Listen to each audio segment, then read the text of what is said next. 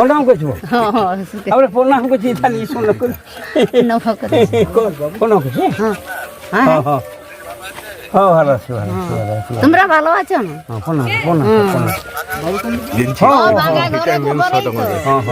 বাঙ্গা ঘরে খবর হ্যাঁ হ্যাঁ হ্যাঁ ঠিক হ্যাঁ হ্যাঁ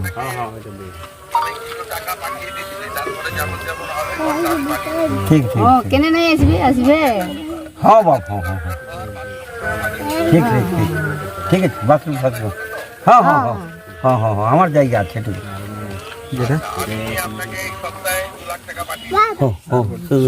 যেটা কি বলছে দেখুন হ্যাঁ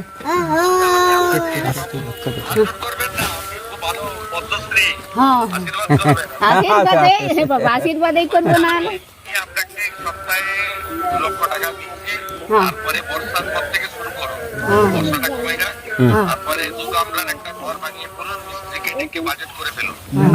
রাষ্ট্রপতি পুরস্কার প্রাপ্ত পুরুলিয়ার গাছ দাদুর পাশে দাঁড়ালেন শুভেন্দু অধিকারী। পাকা বাড়ি তৈরির জন্য প্রথম ধাপে 2 লক্ষ টাকা এবং আগামী দিনে পুরো বাড়ি ও শৌচাগার নির্মাণের জন্য আর্থিকভাবে সহায়তা করার আশ্বাস দিলেন শুভেন্দু অধিকারী। শনিবার পুরুলিয়ার বাঘমুন্ডি থানার সিন্দ্রি গ্রামে দুঃখু মাঝির বাড়িতে যান শুভেন্দু অধিকারীর প্রতিনিধি হিসেবে গৌতম রায় এবং অন্যান্য সমর্থকেরা। সেখানে ভিডিও কলের মাধ্যমে দুঃখু মাঝিকে আর্থিক সহযোগিতার আশ্বাস দেন রাজ্যের বিরোধী দলনেতা শুভেন্দু অধিকারী। দুঃখু মাঝি নিজের 15 বছর বয়স থেকে মাঠে ঘাটে শ্মশানে গাছ লাগাতে শুরু করেছিলেন। আজ তার বয়স 80 বছর। এই বৃদ্ধ বয়সেও তিনি সেই একইভাবে গাছ লাগিয়ে চলেছেন অযোধ্যা পাহাড় লাগোয়া বিভিন্ন এলাকায়। আজও ভাঙাচোরা মাটির বাড়িতে ঠাঁই দুঃখু মাঝির। কোনো রকমে টেনে টুনে চলে সংসার। পরিবার বলতে রয়েছে বৃদ্ধ স্ত্রী, এক ছেলে বিকলাঙ্গ এবং বড় ছেলে আলাদা থাকেন। আবাস যোজনার বাড়ি পেলেও সেই বাড়িতে থাকে বড় ছেলের সংসার। তাই আজও মাটির বাড়িতেই দিন যাপন করেন দুঃখু মাঝি ও তার পরিবার। এই খবর পেয়েই দুঃখু মাঝির পরিবারের পাশে দাঁড়ানোর আশ্বাস দেন রাজ্যের বিরোধী দলনেতা। অনেক দিনের বাড়ির একটা স্বপ্ন ছিল, স্বপ্ন পূরণ হতে চলেছে। হ্যাঁ হ্যাঁ হ্যাঁ সুরেন্দ্র বাবাই আমাকে এই দিচ্ছে 2 লাখ টাকা। আমি প্রণাম করছি, বহুত ভালো লোক। আমার স্বপ্নটা একদম ভালো হয়ে গেল।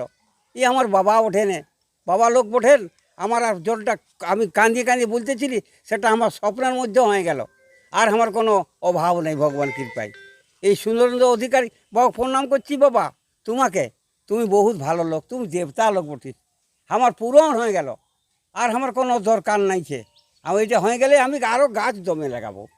লাগাতে হ্যাঁ পুরো আনন্দ করছি। বাপ তুমি ভালো লোক, তুমি দেবতা লোক ওঠো, তুমি দেব লোক ওঠো। আর আমাকে আর কি বললো? হ্যাঁ আর কি বললো?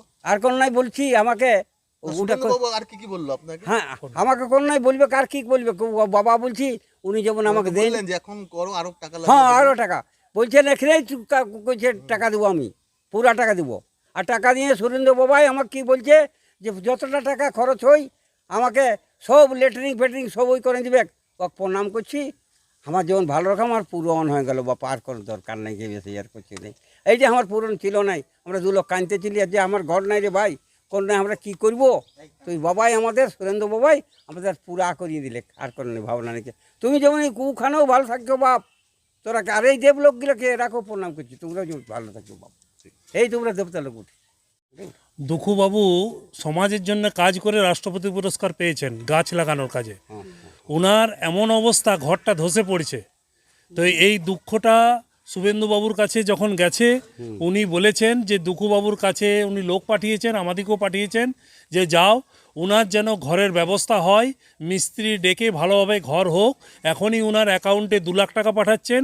কালী পুজোর মধ্যে ঘর কমপ্লিট করার জন্যে আরও যত টাকা দরকার, 2টি রুম, বাথরুম সমেত, রান্না ঘরের চালা সমেত সব উনি খরচা শুভেন্দুবাবু নিজের বেতনের থেকে উনি সেই টাকা দেবেন, এই প্রতিশ্রুতি উনি দিয়েছেন। এবং দুঃখুবাবু বলেছিলেন এটাই আমার জীবনের স্বপ্ন।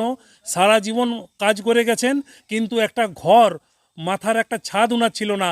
সেই ছাদটাও শুভেন্দুবাবু আজকে তিনি ব্যবস্থা করলেন, এটা আমাদের কাছে আনন্দের, এবং পুরুলিয়াবাসী হিসাবে আমরা সবাই শুভেন্দু বাবুকে এটা ধন্যবাদ জানাই যে আপনি এই রকম একটা মানুষের পাশে দাঁড়াচ্ছেন। গোটা পশ্চিমবঙ্গ সমেত পুরুলিয়াতেও আপনার যে নজর আছে, এটার জন্য আপনাকে অসংখ্য আমরা ধন্যবাদ জানাচ্ছি।